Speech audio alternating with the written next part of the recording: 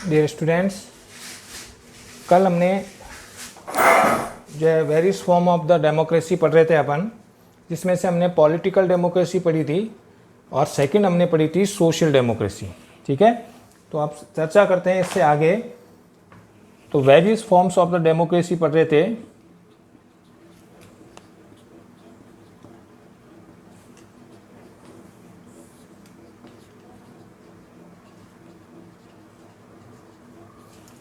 उसमें से political democracy हमने फॉर्म उसका पढ़ लिया था।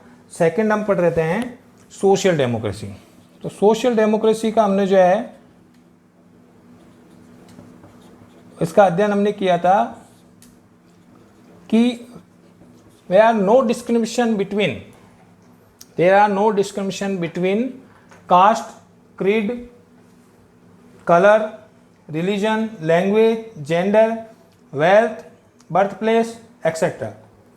ठीक है, तो इन चीज़ों में यानी कास्ट का, किसी तरह की जाति का, धर्म का, लिंग का या फिर किसी तरह का जो है आर्थिक स्थिति का या गरीब अमीर का अंतर नहीं होता, तो वहाँ पर हम कहेंगे कि वहाँ पर सोशल जो है डेमोक्रेसी है। ठीक है, तो इसमें हमने डेफिनेशन भी पढ़ी थी कि हंसा ने कहा था कि democratic society is one of the which there is dominance of equality of thought of and which the principle of equality is prevalent। जहाँ पर कौन सा नियम लागू होता है? इक्वलिटी का, तो सोशल इक्वलिटी, सामाजिक समानता का जो नियम लागू होता है, सोशल इक्वलिटी जो होती है, इसका मतलब किसी तरह का कोई अंतर नहीं होता समाज के बीच में। ठीक है, कास्ट का अंतर नहीं होता, क्रीड का अंतर नहीं होता, रिलीजन का अंतर नहीं होता,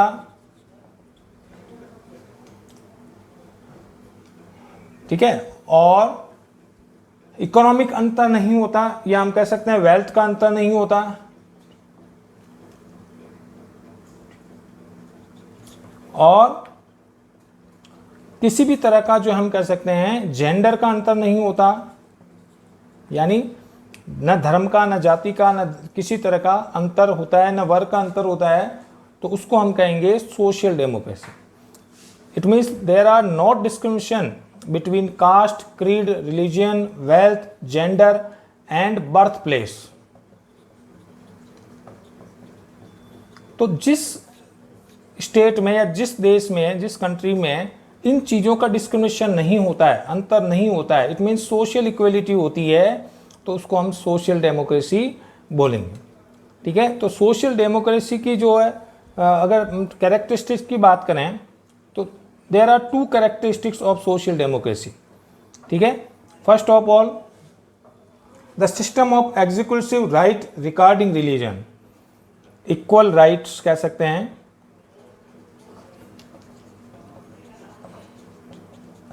समान अधिकार होते हैं।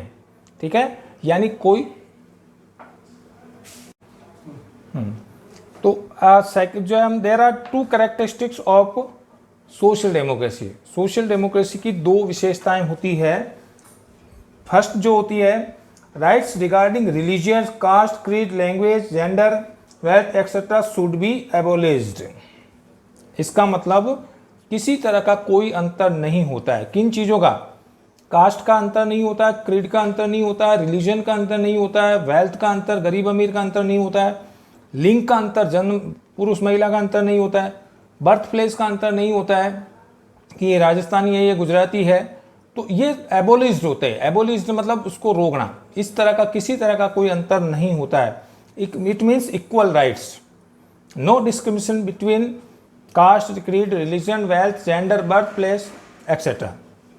ठीक है, तो इन चीज़ों का अंतर नहीं होता, ये पहली कैरेक्टरिस्टिक होती है सोशल डेमोक्रेसी की। ठीक है, सेकंड जो होती है ऑल द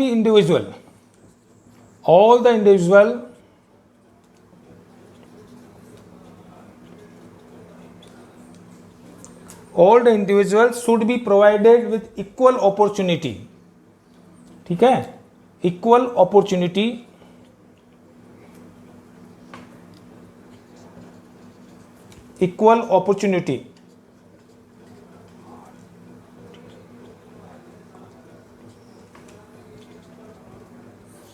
सेकंड जो कैरेक्टरिस्टिक्स होती है कि सारे जो देश के जो सभी नागरिक हैं, ऑल सिटीजन्स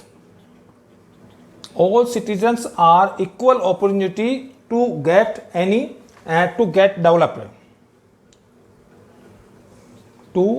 डेवलप। ठीक है, तो देश के सभी नागरिकों को, चाहे वो किसी भी जाति का हो, किसी भी धर्म का हो, कहीं भी रहता हो, कहीं भी निवास करता हो, कैसा भी जो है, काला हो, गोरा हो, चाहे किस महिला हो या पुरुष हो, सभी को जो है इक्वल अपॉर्चुनिटी होती है, अर्थात समान अवसर होते हैं। अपॉर्चुनिटी मतलब अवसर। ठीक है, उसका इसका आधार पे अंतर नहीं किया जाएगा वो महिला है, उसके इस आधार पे अंतर नहीं किया जाएगा वो नीची जाति का है, इस आधार पे अंतर नहीं किया जाएगा वो हिंदू है या मुस्लिम है, ठीक है, या वो जैन है, या इस आधार पे अंतर नहीं किया जाएगा वो राजस्थानी है, गुजराती है, या इस आधार पर डिस्क्रिमिनेशन नहीं होगा कि वो गरीब है या अमीर है या मध्यम वर्ग का है। तो ये इन सब चीज़ों का किसी भी तरह का कोई डिस्क्रिमिनेशन, किसी भी तरह का कोई जो है अंतर नहीं होगा। तो सभी को इक्वल राइट्स होंगे। और दूसरी बात है कि ऑल द इंडिविजुअल, सभी व्यक्तिगत लोगों को या सभी व्यक्तियों को, सभी सिटीजन्स को जो है इक्वल अपॉर्चुनिटी होगी, समान अवसर प्राप्त होंगे, किसके? टू डेवलप, अपने विकास के। ठीक है, तो उसको हम बोलेंगे सोशल डेमोक्रेसी। तो सोशल डेमोक्रेसी की what is which is the two characteristics of the social democracy. अगर पूछा जाए कि सामाजिक लोकतंत्र के दो विशेषताएं कौन कौन सी होती है, तो पहले हमने पढ़ी थी कि all executive rights regarding religion, caste, creed, language, gender, wealth etcetera should be abolished. यानी सभी इन चीज़ों को एबोलिश्ड किया जाता है, इन चीज़ों को जो है मना किया जाता है, प्रतिबंधित होता है। कोई भी व्यक्ति इन चीज़ों का जो अंतर नहीं कर सकता। और सेकंड क्या होगा, तो all the individual and citizens should be equal opportunity to develop. सभी लोगों को समान अवसर प्राप्त होते हैं, किसके? विकास के। इसलिए उनमें अंतर नहीं किया जाता कि वो इन सब में आते हैं। ठीक है, यानी पुरुष और महिलाओं का अंतर नहीं होता है, धर्म का अंतर नहीं होता है, जाति का अंतर नहीं होता है, लैंग्वेज का, भाषा का अंतर नहीं होता है, बर्थ प्लेस का अंतर नहीं होता है। ठीक है, इन चीज़ों का किसी तरह का कोई अंतर नहीं होता है। तो ये दो कैरेक्टरिस्टिक्स होती है सोशल डेमोक्रेसी की। ठीक है, फिर हम तीसरी जो पढ़ते हैं इकोनॉमिक्स डेमोक्रेसी। थर्ड टाइप्स, जो third forms of the equal democracy होती है वो होती है इकोनॉमिक डेमोक्रेसी।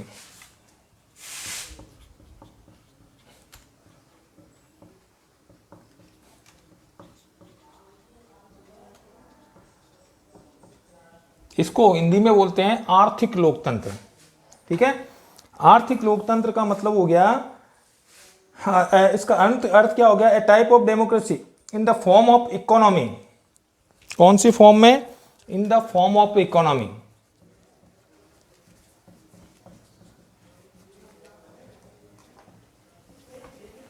अगर लोकतंत्र को हम आर्थिक आधार पर अध्ययन करें तो वह आर्थिक लोकतंत्र कहलाएगा। ठीक है, तो इकोनॉमिक डेमोक्रेसी का अंतर क्या है, अर्थ क्या है? A type of democracy in the form of economy.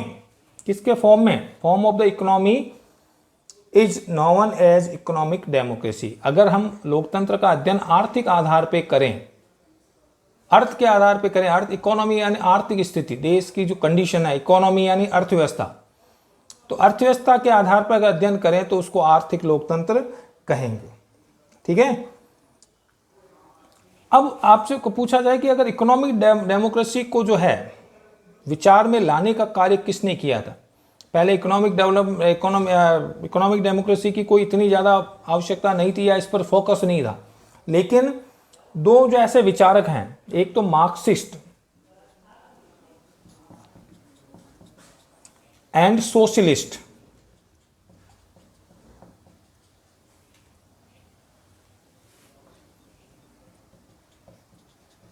यानी समाजवादी और मार्क्सवादी। मार्क्सिस्ट के पहले बताया था, मार्क्सवादी होते हैं जो कार्ल मार्क्स के अनुयायी हैं, और सोशलिस्ट जो समाजवादी लोग हैं।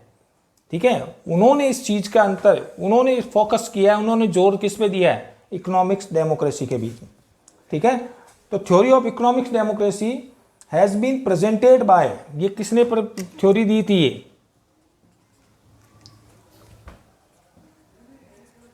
इकोनॉमिक्स डेमोक्रेसी की थ्योरी यानी आर्थिक लोकतंत्र का जो सिद्धांत है वो सबसे पहले किन्होंने दिया था? मार्क्सिस्ट ने यानी मार्क्सवादियों ने, और सोशलिस्ट यानी समाजवादियों ने। ठीक है। The intelligent up to 18th and 19th century also perform discussion on democracy in the economics. शुरुआत में इकोनॉमिक डेमोक्रेसी की आवश्यकता नहीं थी, लेकिन 18th सेंचुरी और 19th सेंचुरी में जो है इकोनॉमिक डेवलपमेंट, इकोनॉमिक्स डेमोक्रेसी को ज़्यादा महत्व दिया गया। 18th सेंचुरी और 19th सेंचुरी में मार्क्सवादियों ने और समाजवादियों ने जो है जोर किस पे दिया, किस पे फोकस किया कि नहीं साहब इकोनॉमिक डेमोक्रेसी जरूरी है। ठीक है। अगर आर्थिक और गरीब अमीर का अंतर अगर होगा तो डेमोक्रेसी का कोई मतलब ही नहीं है। ठीक है। इसलिए उन्होंने फोकस किया था। तो ये डिस्कशन का विषय बना था 18th और 19th सेंचुरी में। ठीक है। तो अगर आप पूछा जाए इकोनॉमिक डेमोक्रेसी को सबसे पहले फोकस लाने वाले कौन से विचारक थे, तो हम कह सकते हैं मार्क्सिस्ट एंड सोशलिस्ट। अब इसका डिफरेंस क्या है? इकोनॉमिक्स डेमोक्रेसी का मतलब है कि there are no discrimination between the economic condition of the country.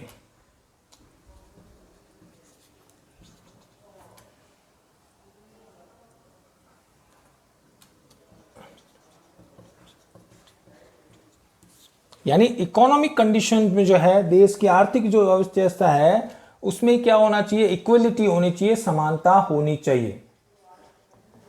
गरीब अमीर का अंतर अगर है तो हम कहेंगे कि वहां इकोनॉमिक डेमोक्रेसी नहीं है। जैसे भारत जैसे देश की बात करें तो भारत जैसे देश में भले ही पॉलिटिकल डेमोक्रेसी है, लेकिन इकोनॉमिक्स डेमोक्रेसी के बिना पॉलिटिकल डेमोक्रेसी का कोई महत्व नहीं है। क्योंकि एक गरीब आदमी अगर है तो वो कैसे चुनाव लड़ेगा? How the perform as a citizen? वो अपना नागरिक के रूप में कैसे परफॉर्म करेगा? केवल वोट देने तक सीमित रह जाएगा वो। ठीक है। तो इसलिए मार्क्सिस्ट और सोशलिस्ट मानते हैं, समाजवादी और जो मार्क्सवादी मानते हैं कि इकोनॉमिक जो इक्वलिटी है वो सबसे मस्ट होती चाहिए। किसके लिए? इकोनॉमिक डेमोक्रेसी के लिए।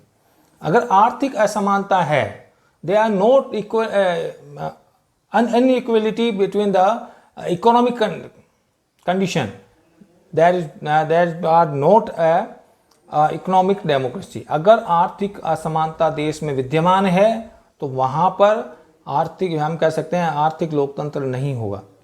और वो ये कहते हैं कि इकोनॉमिक डेमोक्रेसी मस्ट एज, यानी इकोनॉमिक्स डेमोक्रेसी जरूरी है बजाय किसके? Political democracy. आपको वोट देने का अधिकार मिल गया, आपको चुनाव में खड़े होने का अधिकार मिल गया, ठीक है, आपको देश की राजनीति में भाग लेने का अधिकार मिल गया, लेकिन अगर आपकी आर्थिक कंडीशन अमीर नहीं, आप गरीब हो, तो ये भले कितने ही अधिकार दे दो, कोई मतलब नहीं। इसलिए इकोनॉमिक डेमोक्रेसी की सबसे ज़्यादा जरूरी है बाकी दोनों डेमोक्रेसियों से। ठीक है। तो ये मार्क्सिस्ट और सोशलिस्ट जो हैं वो ये मानते हैं कि आर्थिक समानता होनी जरूरी है, तब किसी भी देश में आर्थिक लोकतंत्र हो सकता है। और ये हो गया आपका इकोनॉमिक डेमोक्रेसी। तो फोर्थ फॉर्म्स जो है, चौथी प्रकार की जो डेमोक्रेसी है उसको हम बोलते हैं एथिकल डेमोक्रेसी या मॉरल डेमोक्रेसी।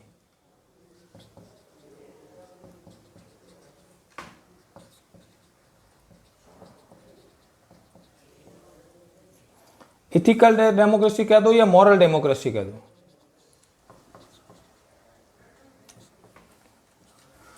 नैतिक रूप से जो है लोकतंत्र क्या होता है, नैतिक रूप से लोकतंत्र किसको मानेंगे? कुछ स्कॉलर मानते हैं that democracy in A ethical and intellectual form of the living. Democracy क्या है? एक इथिकल फॉर्म में है, इथिकल और इंटेलेक्चुअल।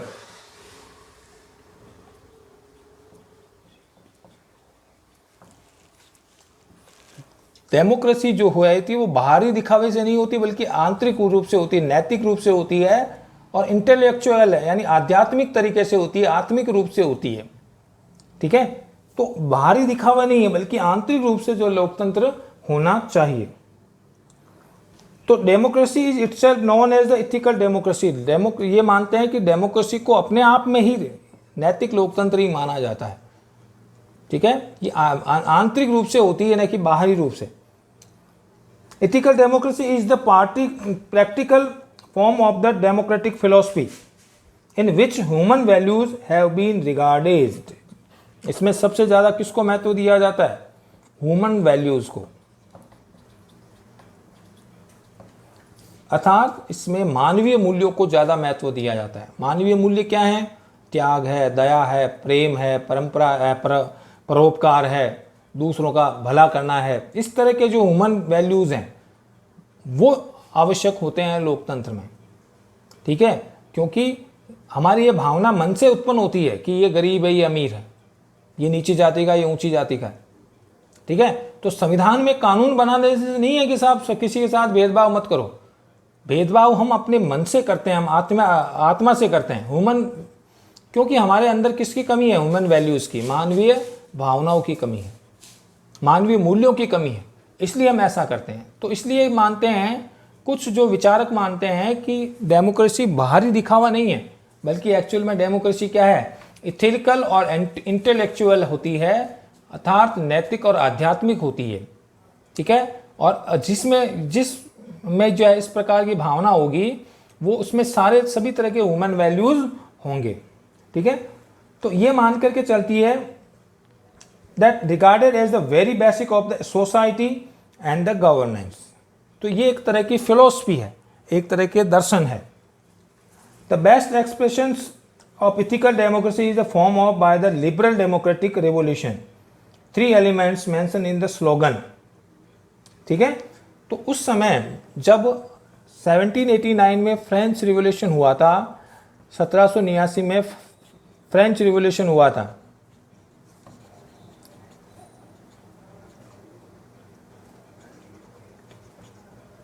तब उस समय 3 चीजों की मांग की गई थी। ठीक है, उसमें एक मांगा गया था इक्वलिटी,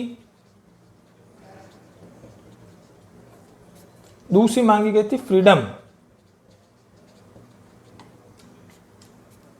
या हम कह सकते हैं लिबर्टी में कह सकते हैं, स्वतंत्रता, और तीसरा मांगा गया था ब्रदरहुड।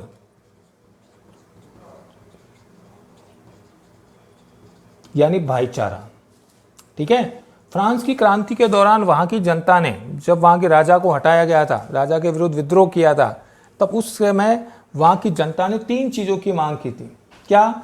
इक्वलिटी यानी समानता, ब्रदरहुड फ्रीडम यानी लिबर्टी यानी स्वतंत्रता, और तीसरी थी ब्रदरहुड यानी भाईचारा, भ्रातृत्व, भाईचारा। ठीक है, तो भाईचारे की मांग करना मतलब क्या है? ये इथिकल या इंटेलेक्चुअल डेमोक्रेसी है।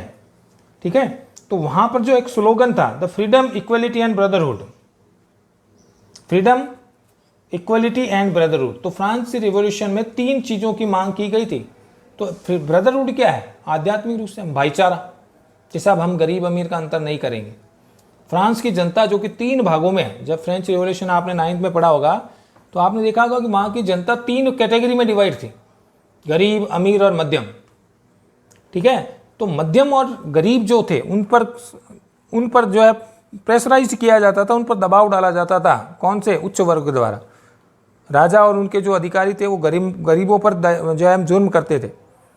तो उन जनता ने, मध्यम वर्ग और निम्न वर्ग ने मिल करके और क्रांति की, रिवॉल्यूशन किया, और ये 3 चीज़ों की मांग की थी। तो उसमें से एक ब्रदरहुड भी था कि हमें क्या चाहिए? हमें समानता चाहिए, हमें चाहिए स्वतंत्रता, और हमें चाहिए भाईचारा। तो ये ब्रदरहुड की जो भावना है, ये जो स्लोगन है, ये ह्यूमन वैल्यूज का ही एक उदाहरण है, अर्थात ये इथिकल डेमोक्रेसी का ही एक टाइप है। ठीक है, among 3 elements mention there the slogan the elements of brotherhood is the most significant. इसमें से सबसे ज्यादा जो चीज महत्व दी गई थी वो थी ब्रदरहुड, यानी भ्रातृत्व या भाईचारा। ठीक है, तो ये स्लोगन ये पता लगाता है कि व्यक्ति जो है वो केवल दिखावे के लिए नहीं, बल्कि आंतरिक रूप से भी भाईचारे में विश्वास करता है। Because without this element equality among all is not possible. क्योंकि वो मान के चलते थे जब तक हम आपस में भाईचारे का व्यवहार नहीं करेंगे तब तक इक्वलिटी आ ही नहीं सकती। फ्रेंच रिवॉल्यूशन में ये कहा गया था, क्योंकि केवल लिख देने से कुछ नहीं है, किताबों में, संविधान में लिख देने से कुछ नहीं है। जब तक हमारे मन के अंदर भाईचारे की भावना नहीं होंगी तब तक हम समानता के स्थापित कर ही नहीं सकते, क्योंकि हमारे मन में है ये गरीब है ये अमीर है, मन में है ये ऊंची जाति का ये नीची जाति का, हमारे मन के अंदर होता है कि ये यार जो है ये उस धर्म का है या उस जाति का है या उस जो है उस वर्ग का है, या गुजराती है या मराठी है, या काला है या गोरा है, या ये महिला है ये पुरुष है। इन चीज़ों की जो भावना है वो हमारे इंटेलेक्चुअल आंतरिक रूप से होती है। तो जब तक हमारे ब्रदरहुड इंटेलेक्चुअल रूप से हम जब तक अपना भाईचारे को नहीं मानेंगे तब तक इक्वलिटी आ ही नहीं सकती। तो ये एक तरह से इथिकल डेमोक्रेसी का ही रूप है, ठीक है। तो significant because without this elements equality among all the not possible. जब तक ब्रदरहुड आएगा नहीं आएगी, यानी जब तक आंतरिक भावना हमारे अंदर जो है नहीं आएगी लोकतंत्र की, तब तक बाकी का कोई महत्व नहीं है, ठीक है।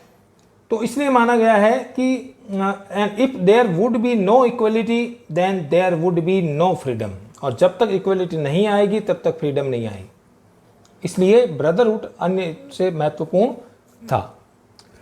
तो इथिकल डेमोक्रेसी का मतलब हो गया इथिकल और इंटेलेक्चुअल रूप से ह्यूमन वैल्यूज को बढ़ावा देना, ठीक है। तो ये हो गया various forms of the democracy, लोकतंत्र के रूप। तो ये आज हमने जो चर्चा की थी कि किस किस तरह से जो है लोकतंत्र के 4 रूप कौन कौन से होते हैं, उसमें हमने चर्चा की थी कि political democracy, social democracy, economics democracy और मॉरल या इथिकल डेमोक्रेसी, ये लोकतंत्र के 4 रूप होते हैं, ठीक है। अब हम सेकंड जो टॉपिक अध्ययन करेंगे, various theories and concept of the democracy.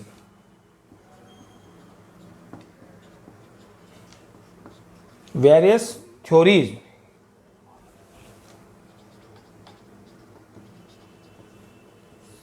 And concept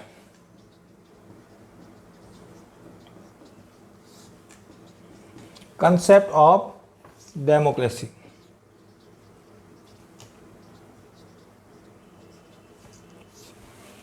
ठीक है। लोकतंत्र के संबंध में कई सिद्धांत और विचार, उनके बारे में हम चर्चा करेंगे, ठीक है। तो ये माना जाता है कि democracy is an extend thought of itself and the scholar define in the issue that is who actually use the power in a democracy. लोकतंत्र में एक तो होता क्या है कि जनता के हाथ में पावर दिखाई देता है कि जनता के हाथ में शक्ति है, लेकिन जनता के हाथ में कितनी शक्ति है इसके संबंध में अलग अलग विद्वानों ने अलग अलग थ्योरीज दी है, अलग अलग कंसेप्ट दिए हैं, ठीक है। कि क्या लोकतंत्र में वास्तव में पब्लिक के हाथ में पावर होता है या केवल दिखावा होता है, इसके संबंध में उनके अलग अलग विचार हैं, ठीक है। तो उसको वेरियस थ्योरीज कह सकते हैं अपन, या वेरियस कंसेप्ट कह सकते हैं, ठीक है। तो इसमें कह सकते हैं what type of the relation exist between the ruler and the ruled. इसका मतलब कैसा रिलेशन है बिटवीन, किसके बीच में है, रूलर और रूल, यानी शासक और शासन करने वाला और शासक जो शासित हो रहा है, इन दोनों के बीच में कैसा रिलेशन है, इसके संबंध में अलग अलग थ्योरीज विद्वानों ने दी है। तो शासक और शासित के बीच में कैसा रिलेशन है, इसके संबंध में अलग अलग विद्वानों ने अलग अलग राय दी है। तो what should be the actual system of democracy, as a result the type of discussion, various theories and concept regarding democracy. तो रूलर और रूल्ड के बीच में, यानी शासक और शासित के बीच में, यानी जनता, राजा और जनता के बीच में, पुराने समय में, आज हम कहते हैं जो सरकार और जनता के बीच में कैसा रिलेशन है, रूलर और रूल्ड के बीच में कैसा रिलेशन है, इसके संबंध में कई विद्वानों ने अलग अलग थ्योरीज या कंसेप्ट दिए हैं। उन कंसेप्ट और थ्योरीज को हम इसमें पढ़ेंगे, ठीक है। तो वेरियस कंसेप्ट कौन कौन से हैं, वेरियस थ्योरीज और कंसेप्ट कौन कौन से हैं, इसके बारे में हम चर्चा करेंगे।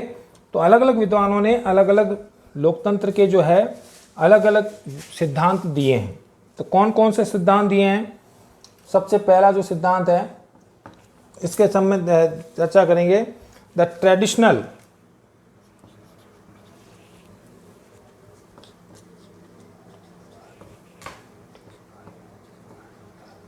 ट्रेडिशनल लिबरल थ्योरी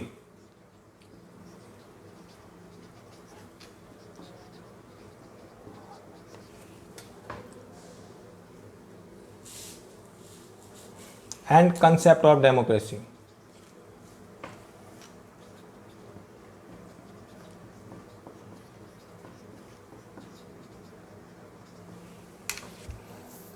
पहला जो विचार है, पहले जो कंसेप्ट है वो है the traditional liberal theory.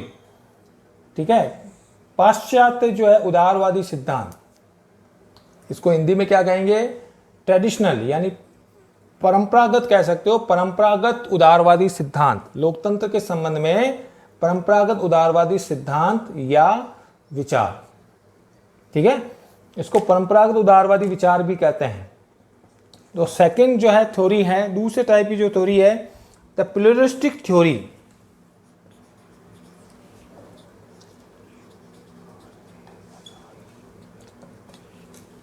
Pluralistic theory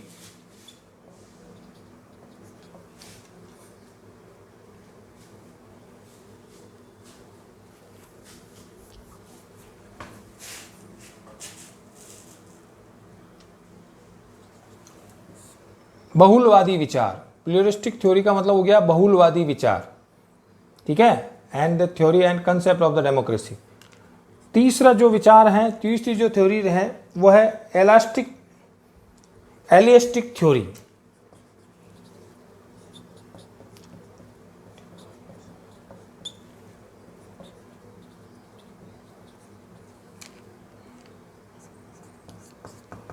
elitist theory एकात्मवादी सिद्धांत।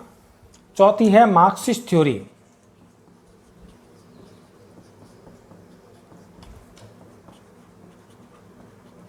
मार्क्सवादी विचार। और जो पांचवी जो थ्योरी है वो है सोशलिस्ट थ्योरी।